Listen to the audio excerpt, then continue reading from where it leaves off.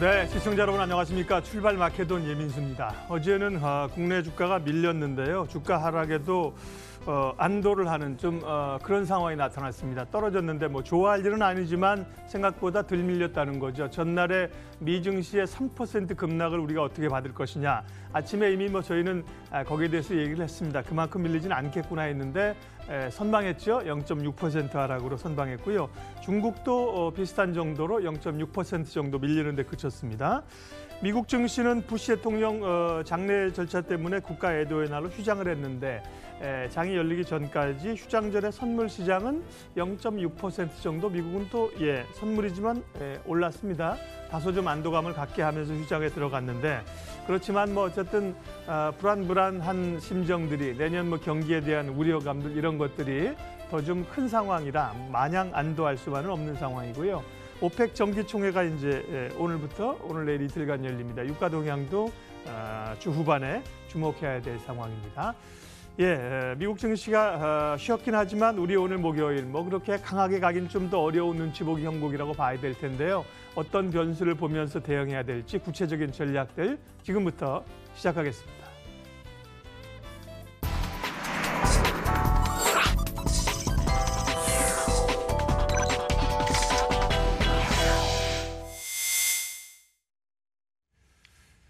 첫 코너 장영혁의 마켓 시그널입니다. 한국투자증권 이프렌즈예요. 장영혁 팀장님과 함께 오늘도 시장에 대한 생각들 미리 좀 정리하도록 하겠습니다. 팀장님 어서 오십시오. 네, 안녕하세요. 어제 이 시간을 이제 주목해 보셨던 분들은 전날의 미증시 3% 하락에 대해서 전만큼 겁을 먹진 않고 대응을 하셨을 거고. 그럼 다행이고. 다행입니다. 다만 그렇다고 어제 말씀드린 것처럼 들밀렸다고 좋아하고 환호할 일이 아니기 때문에.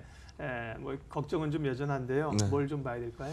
일단 미증시가 3% 부러져도 우리가 0.6으로 막아내면은 잘한 거죠. 그 이전만큼 시장의 하방 압력이 높지 않은 상태입니다라고 말씀을 드리고 있습니다. 오늘은 이 얘기 안 하고 지나갈 수는 없을 것 같아서 금리 역전 얘기들을 워낙 많이 보실 테니까 그 부분을 보고 같이 생각을 좀 한번 해보도록 하죠. 거기 들어가기 앞서서 어제 피터 나바로 코멘트 들으신 분들 계시겠습니다만 이거 단박에 되는 거 아니다. 시간이 좀 필요하다. 너무 이렇게 움직이는 거 어리석다. 정상회담 잘 됐고 향후 합의 가능성도 굉장히 낙관적이다라고 얘기를 하더라고요. 그래서 미중 무역 가지고 시장에서 우려를 한다라는 거는 어제도 아침 방송에서 말씀드렸습니다만 중국 증시 바로미터로 보면 돼요. 중국 증시가 그 부분이 힘들 것 같으면 제일 반응 크게 나올 것도 중국 증시인데 우리 이거 가지고 시장 밀렸다라고 하락 이유를 갖다 붙이지 말자. 금리 얘기 딱 남을 텐데요. 금리 얘기를 오늘 좀 해보도록 하겠습니다. 일단 어제 지금 들어오기 전 기준으로 보니까 미 채권 10년물이 지금 2.9% 살짝 넘는데요. 이게 3.2% 넘나들던 10년물 국채 수익률이 굉장히 많이 빠졌습니다. 그렇죠, 그럼 이거 도대체 왜 빠지는 거냐? 이게 장기물 금리가 하락 속도가 빠르니까 이 장단 스프레드가 죽고 있는 거잖아요. 그럼 장기물 왜 이렇게 빠지냐? 라는 부분서부터 한번 출발을 해보겠습니다. 일단 첫 번째, 좀 이따 제가 자료들 다 보여드리겠습니다. 미리 결론서부터 좀 요약을 해서 말씀을 드리면 일단 첫 번째, 성장률이 떨어질 것 같다는 겁니다. 그러니까 기존의 가이드보다 연준이 예상했었던 성장률보다 하향 조정될 가능성이 존재한다. 그러면 다들 알고 계신 것처럼 경기가 좋아야 금리를 올리는 거죠. 오르막길 올라갈 때 엑셀에다 밟아야 되는 거고 내리막길 내려갈 때는 브레이크 밟으면서 내려가는 겁니다. 힘든 길 올라갈 때는 뒤에서 군부를 떼줘야 되는 거죠. 그래서 어려워지면 금리를 내려주는 거고 쉬워지면은 금리를 올리면서 브레이크, 과열을 방지하는 겁니다. 근데 아무리 쳐다봐도 내년에 과열 방지를 얘기할 수 있는 상황이 아닌 것 같거든요. 그러다 보니까 두 번째, 금리에 대한 기대값 자체가 떨어지게 됩니다. 성장 가이드가 떨어지니까 금리 가이드가 당연히 떨어지겠죠. 그러면서 인플레 압력이 자연스럽게 둔화되는 거, 뭐 이런 부분들이 지금 국채 수익률을 좀 밀고 있는 부분이라고 보고 있고요. 뭐 좀 이따 11월 FOMC 의사록 얘기도 할 거고, 저 멀리 있다던 중립금리가 바로 위에 있다라고 코멘트가 바꿔버리니까 장기금리 가이드가 확 뒤집어 버린 거죠. 그래서 장기물 중심으로 크게 이 수익률이 빠지는 모습을 좀 보여줬었던 것 같고요. 거기에는 채권 트레이딩도 존재합니다. 장기물 사고 단기물 파는 트레이딩. 그런 부분들도 수익률 격차를 좀 이 스프레드를 만졌었던 요인 중에 하나라고 보시면 될 것 같습니다. 자료 보면서 좀 이 부연 설명을 이어가도록 하죠. 여기 보시면은요. 일단 이쪽부터 보시죠. 오른쪽 차트부터. 원래 주류는요. 2년물, 10년물입니다. 이거 뭐 증권사 리포트들 이제 쭉 다 훑어보셔도 다 장단 스프레드는 2년물, 10년물으로 써 있지. 이건 뭐 3년물, 5년물 이거 가지고 보는데 없습니다. 이 자료들 최근에 이제 3년물, 5년물 이슈가 이제 되면서 간혹 몇몇 군데서야 내보내줄 수 있겠습니다만 예. 그 이전까지는 장단 스프레드 보면 2년물, 10년물이에요. 그럼 우리 그냥 편하게 한번 생각해 보죠. 1년물 이거 단기물일까요? 장기물일까요? 1년물이요? 네. 네. 누가 봐도 단기죠. 단기물. 네. 2년물은 뭐 장기는 아닐 것 같죠? 네. 단기로 봐야죠. 네. 단기물이죠. 네. 근데 이게 3년, 5년, 그럼 그 전에 10년물은 누가 봐도 장기죠. 장기물. 네. 근데 이게 중간에 끼어 있는 3년물, 5년물 이런 것들은 이거 단도 아니고 장도 아니고 중기로 봐야 돼. 네, 조금 애매합니다. 근데 지금 그러니까 장단 스프레드로 봤을 때는 10년물, 2년물 보는 게 일반적인 그림이라는 네. 거예요. 근데 지금 역전이 나와 있는 곳을 보면 지금 요게 이제 이 전일 캡처니까 조금 이 수치가 변했을 네. 수도 있는데요. 지금 5년물 이 국채 수익률보다 3년물 국채 수익률 값이 더 높습니다. 예. 근데 이거 보고서 3년물, 5년물이 뒤집어졌다. 이제까지 장단 스프레드가 꺾였을 때는 음으로 갔을 때는 침체를 예고하는 경우가 많았었는데 이번에도 그런 거 아니냐. 100% 설명하는 틀린 대답은 아니에요. 틀린 대답은 아닌데 장단이 꺾였을 때 침체가 왔었던 거는 사실 맞는데 100%를 설명하진 않습니다. 그러니까 침체가 오기 전에 장단이 왔었던 건 맞지만 장단 역전이 온 다음에 침체가 100% 왔던 건 아니라는 거죠. 장단이 이 꺾여 있는 상황에서도 증시가 좋았던 점은 굉장히 많습니다. 그래서 이게 앞뒤를 바꿔서 설명하면은 충분히 이해가 좀 되실 것 같고요. 주류에서 역전이 나왔으면은 말 그대로 뭐 조심해야 될 시그널들이 뭐가 있나 열심히 찾아봐야 될 텐데 지금 비주류 쪽에서 나온 부분이 시장을 뭐 3% 밀었다? 이건 좀 곤란하다라는 거죠. 오히려 10년물이 좀 빠르게 빠지면서 스프레드 역전이 좀 만들어진 이유들을 살펴보는 게 맞다라는 겁니다. 일단 11월 FOMC 의사록도 그랬고요. 지난 이 제롬 파월 코멘트도 그랬고요. 지금 여기서 나오고 있는 부분들 한번 보게 되면 일단 11월 FOMC에서 나온 의사록 발언이니까 자기들이 연준 위원들이 주고받은 얘기잖아요. 이 경제정말 하향 가능성이나 우리도 점도표 하향 12월 FOMC에서 하향 가능성에 대해서 언급을 드리고 있으니까요. 그리고 지금 현재는 매월 500억 달러씩 이 밸런스 이 축소가 나오고 있죠. 그러니까 타이트닝 진행 중인데 이 연준이 투자한 채권은 주로 10년물입니다. 그러니까 과거에는 만기가 돌아오면은 100% 재투자를 돌리다가 이제는 조금씩 띄고 돌리죠. 그 재투자에 들어가지 않는 양을 줄이자 얘기가 나올 가능성도 배제할 수 없다라는 거죠.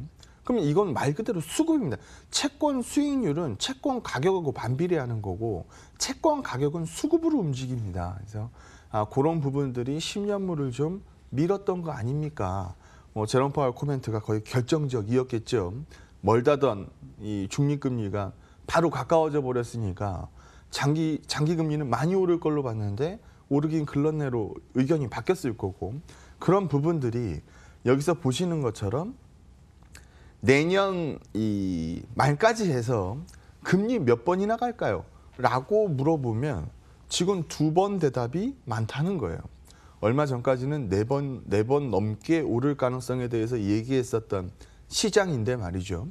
그래서 그런 부분들을 보게 되면 내년 이 말에 금리 몇 % 보세요? 라고 물어보면 2.75가 제일 높다는 거예요. 두 번 이상이 제일 높다라는 거죠. 그래서 기존의 얼마 전 움직임이죠.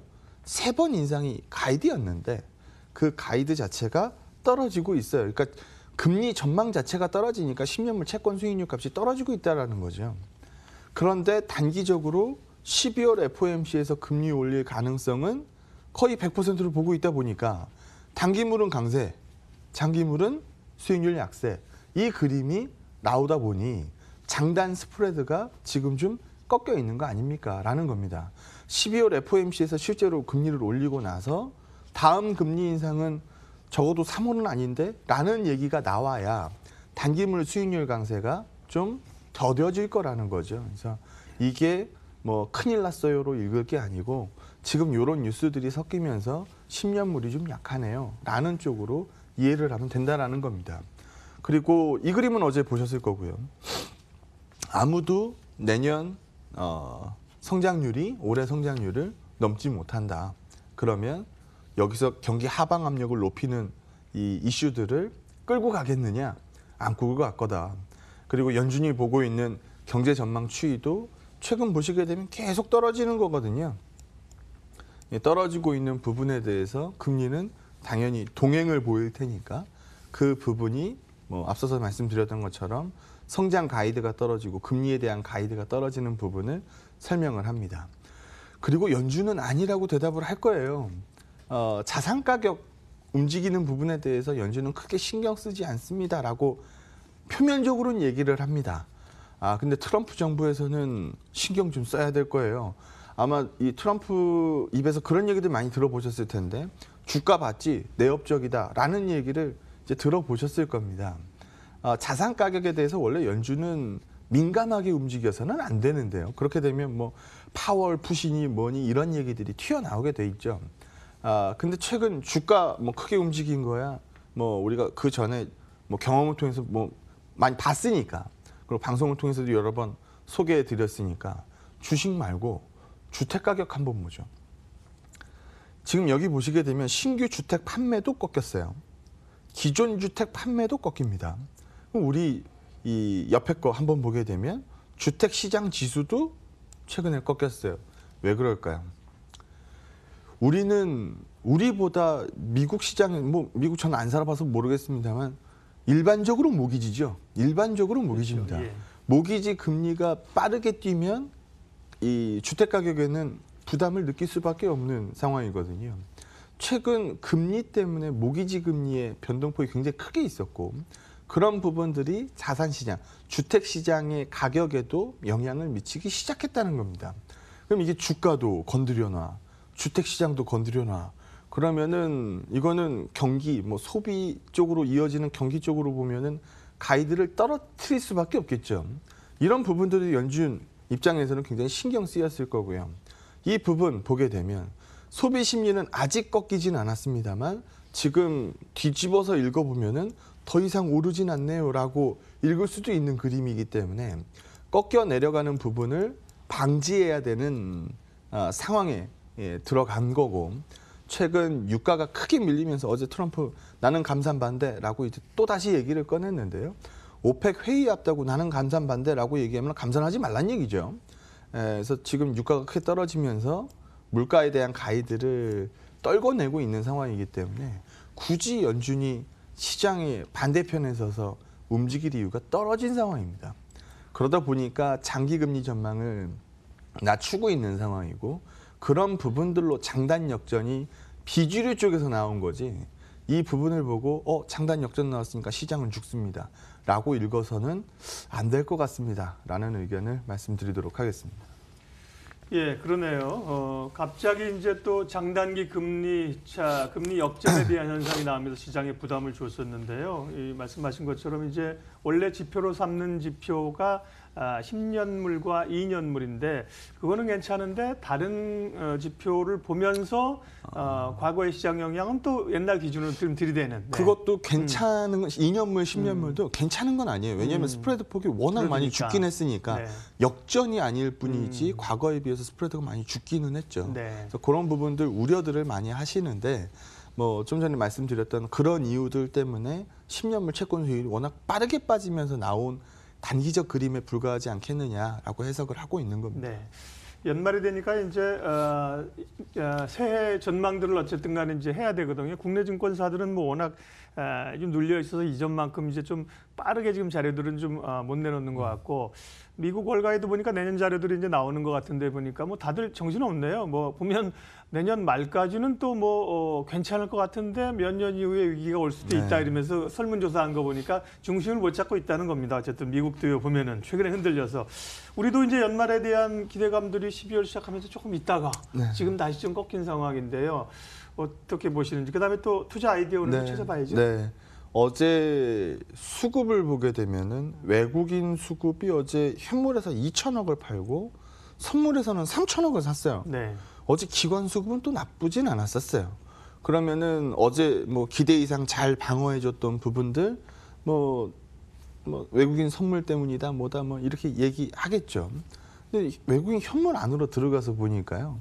어제 외국인 현물 2천억 매도 중에 삼성전자 매도가 1,900억입니다. 그럼 다른 종목들은 그냥 낯갈려뒀다는 얘기거든요. 그래서 요즘 뭐 삼성전자 쪽으로는 이 자사주 소각 비중 반영 때문에 사실 요 며칠 정신없거든요. 그 물량이 그럼 아직 좀 남았다. 그렇죠. 영향이 좀 있는 것 예. 같아요. 그래서 그런 부분들을 좀 반영하고 있는 상황인 것 같고 나머지 부분들 종목들은 뭐 크게 다치지 않고 있는 상황입니다.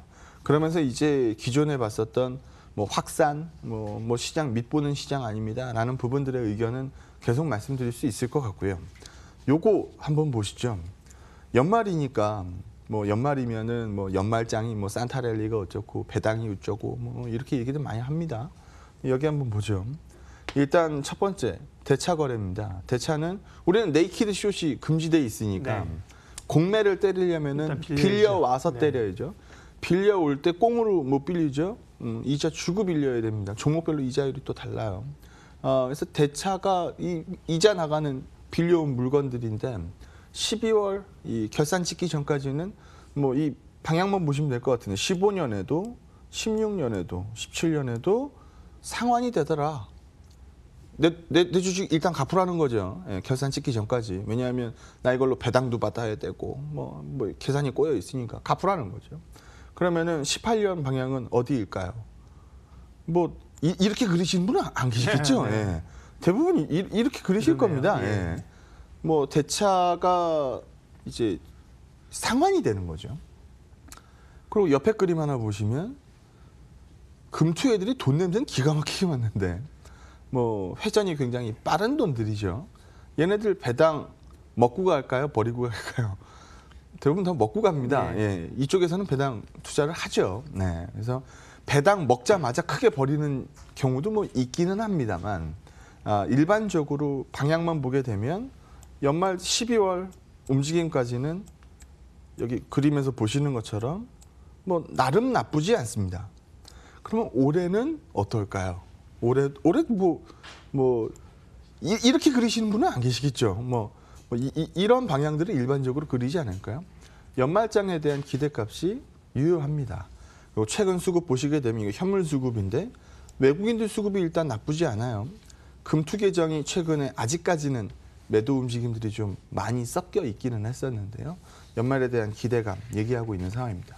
근데 요즘 장이 정신없다 보니까 손가락은 좀 얼어 있고 그러다 보니까 종목 잘 안 보이신다라고 말씀하시는 분들이 많아요. 근데 우리 방송에서 한번 소개 나갔던 업종입니다. 종목까지 콕 찍어서 나갔죠. 농심, 오리온, 대상, 하이트진로 이렇게 4개 음식료 업종 나갔었는데요. 지금 약간 방어적 컨셉을 끼고 있는 이 종목들 최근에 관심도가 굉장히 높습니다. 여기 한번 보면요.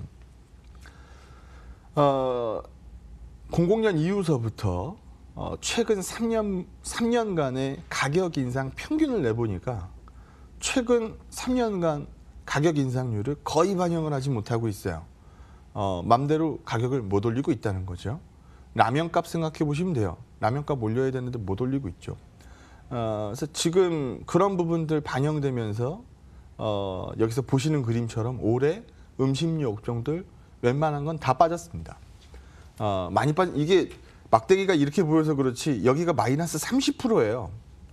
마이너스 30% 빠진 애들이 이만큼 많다는 겁니다. 뭐 얼마 안 빠졌네요. 그렇게 보시는 게 아니고 여기가 마이너스 30짜리라고요. 올해 수익률이 마이너스 30이라는 얘기입니다. 그래서 이렇게 왜 이렇게 움직였어요? 그러면은 뭐 많은 분들 다 가격 반영을 못 시켰고 뭐 비용은 오히려 올랐고 그러다 보니까 마진이 줄었고 과거에 비해서 고멀티 받던 종목인데 멀티플 많이 좀 뱉었고 뭐 이런 부분들 얘기들 많이 하시죠. 그래서 지금 이 그림에서 한번 찾는다라고 하면 요즘 뭐 이제 제 얘기는 됐고 뭐 차트 한번 쭉 보여주시죠. 최근 모습만 보여주시면 될 것 같아요. 뭐 저번에 언급 이후에 반등들을 쭉 찍고 있으니까요. 농심, 예.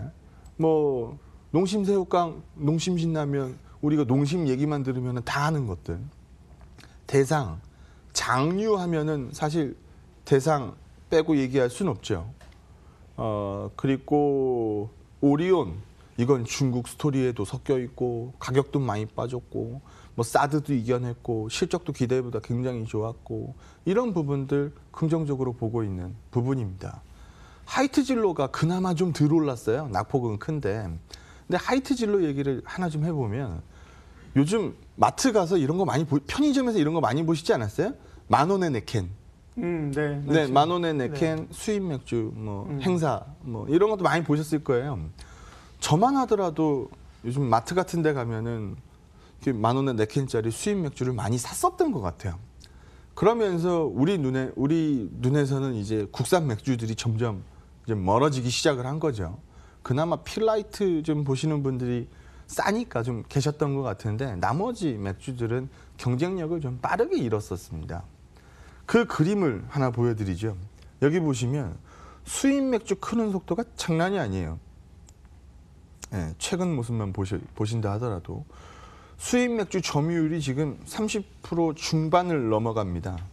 그러면은 이렇게 점유율 높아지는 동안 어디서 뭐가 빠졌겠어요? 국산 맥주 점유율들이 엄청나게 빠졌다는 거거든요. 근데 지금 현재 이 수입 맥주에 매겨지는 이 주류 과세 방식은요. 종가세입니다. 종가세. 그러니까 수입 가격에다가 세율 곱해가지고 그냥 이 세금 때리는 거거든요. 근데 이거를 종량세, 용량이나 뭐 알코올 도수나 이런 걸 기준으로 세금을 때리는 이 세법 개정안이 관련돼서 움직임들이 나오고 있습니다. 그러면은 10,000원에 4캔짜리가 사라질 수도 있다는 얘기거든요. 소비자로서는 뭐 조금 안 좋은 소식일 수도 있겠습니다만 주식쟁이 입장에서는 그걸 어디선가 메꿔야 되기 때문에 하이트진로가 최근에 그런 부분들을 일정 부분 반영하고 있다고 보여집니다. 그래서 대표적으로 수급 찌그러지면서 죽은 주식이었는데 최근 머리를 들기 시작했으니까요. 그런 부분들 방어주 컨셉으로 한번 또 들여다보시기 바랍니다. 네, 오늘은 또 이제 음식료 업종 가운데 맥주 업체들, 주류 업체들 좀 주목해서 봤습니다. 자, 말씀드린 것처럼 이제 미증시가 휴장을 했지만 그렇다고 이제 투자자들이 편안하게 갈 수 있는 오늘 또 우리 목요일은 또 아니란 말이죠. 예, 그래서 조금 신경 쓰이기도 하는데요. 예, 전략 마무리하겠습니다. 일단 밑보는 시장 아니다라는 말씀을 뭐 연일 말씀드리고 있으니까요. 정말 밑보는 시장이었으면은 미증시 3% 빠졌을 때 우리가 그거만 빠지진 않겠죠. 더 밀렸으면 더 밀렸지. 그래서 지난 10월 그린 거는 분명히 다릅니다. 그래서 어제도 외국인 수급은 현물 2,000억 매도 중에 1,900억이 삼성전자였으니까 사실 현선물 수급이 찌그러지지 않았다는 얘기거든요. 외국인 수급 보고 우리가 이제까지 방향 잡았잖아요. 그 컨셉 계속 끌고 가도록 하겠습니다. 네, 장영혁의 마켓 시그널 오늘도 한국투자증권 이프렌즈예요. 장영혁 팀장님 함께했습니다. 고맙습니다. 네, 고맙습니다.